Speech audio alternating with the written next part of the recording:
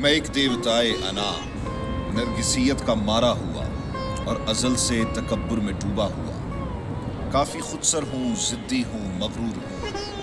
میرے چاروں طرف میری اندھی انا کی وہ دیوار ہے جس میں آنے کی اور مجھ سے ملنے کی، کھلنے کی کوئی اجازت کسی کو نہیں ہے۔ تمہیں بھی نہیں ہے، اسے بھی نہیں ہے، مجھے بھی نہیں ہے۔ میں اپنی انا کی دیواروں میں تم سے الگ ہو رہوں، مجھ پہ سجدہ ہے یہ۔ میں شاعر ہوں جو کہ فعول سے بحر رمل تک ہر ایک نغمگی کا مکمل خدا ہوں۔ میں لفظوں کا آقا، تخیل کا خالق، میں سارے زمانے سے یکسر جدا ہوں۔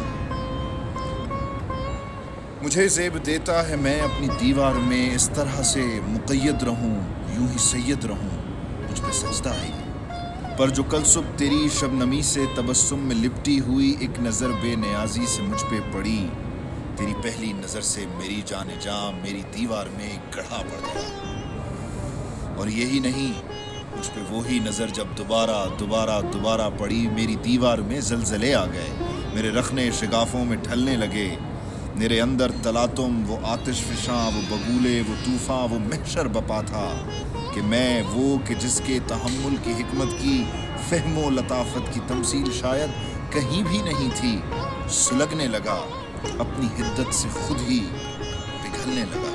اے میری جان جاں، ہر ستارے کی اپنی کشش ہوگی، لیکن خلاؤں میں مردہ ستاروں کی قسمت، وہ ہاکنگ کی تھیوری کے کالے گڑھے، وہ کہ جن میں ہے اتنی کشش کے مکان تو مکان وہ زماں کو بھی اپنے لپیٹے میں لے لیں۔ وہ ہاکنگ کی تھیوری کے کالے گڑھوں کی گریوٹی بھی تیری آنکھوں کی گہری کشش کے مقابل میں کچھ بھی نہیں ہے، اور یہ تو فقط ایک دیوار تھی، اس کو گرنا ہی تھا۔ تیری نظروں سے ہاری ہے، بکھری پڑی ہے کہ دیوار کا ریزہ ریزہ تیری ایک نظر سے میری جاں اجڑا پڑا ہے۔